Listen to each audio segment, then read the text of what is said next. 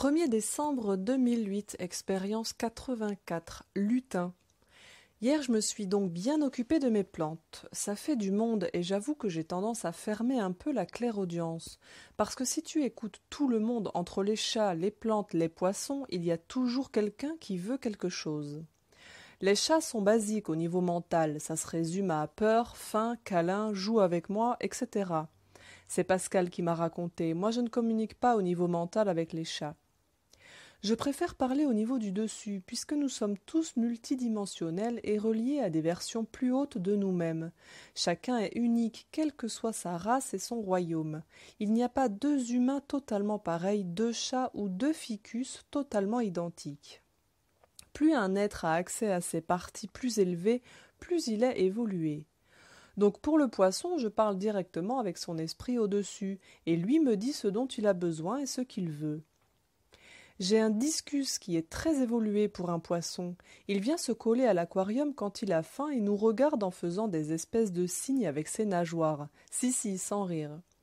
Alors que le discus se planque d'habitude. Mais bon, lui est relié à un esprit très évolué. J'ai entre autres le Monsterosa qui adore que je pulvérise de l'eau sur lui. Il dégage une extase pas possible quand je l'arrose. Mes chats sont également assez évolués pour leur race. Ils sont clairvoyants et clairaudients. La plupart des chats le sont, mais pas tous apparemment. Un soir, j'avais un chat sur mes genoux.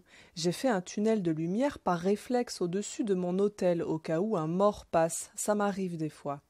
Je n'ai pas bougé et je regardais toujours la télé.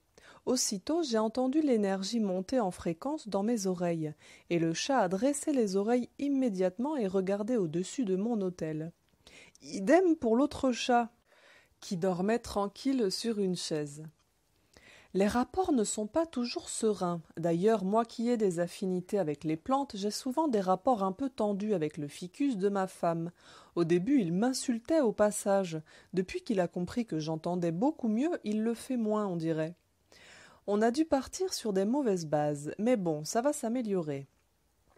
Une fois que tout a été sous contrôle et que plus personne n'a réclamé de nourriture ou de soins, j'ai pris un peu de temps pour discuter avec le lutin qui s'occupe de ma plante infestée. Je me suis livrée à différentes expériences énergétiques en me référant au druide intérieur. Ensuite, je lui ai simplement demandé si ça marchait ou non. Quelques trucs ont marché, donc du coup je tente une opération sur la zone à l'extérieur. Je lui demande si ça a marché ou non. Réponse. Je n'en sais rien, moi. Demande à un déva, je suis juste un lutin. Je ne comprends pas, j'ai été accompagné par un lutin qui savait tout sur tout et qui pouvait même me parler à distance, et toi tu ne peux pas savoir. Mais lui c'était un grand maître, moi je ne suis pas un prophète. Un prophète lutin?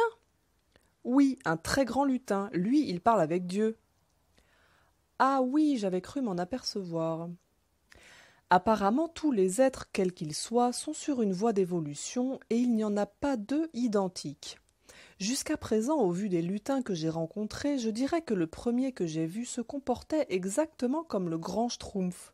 Réponse à tout, très posée. Il ne sautillait jamais, tellement que je me suis même demandé si c'était vraiment un lutin à un moment, et plein de sagesse. Les autres que j'ai eu l'occasion de voir, une dizaine à peu près, sont beaucoup plus proches des petits schtroumpfs. Ils sautillent partout, sont très excités, mais gentils et pleins de sollicitude. Mais ils s'occupent des plantes et j'en croise souvent. Une fois, un village entier m'a répondu. Je n'ai pas pu le localiser parce qu'on passait en bagnole, mais ça fusait dans tous les sens.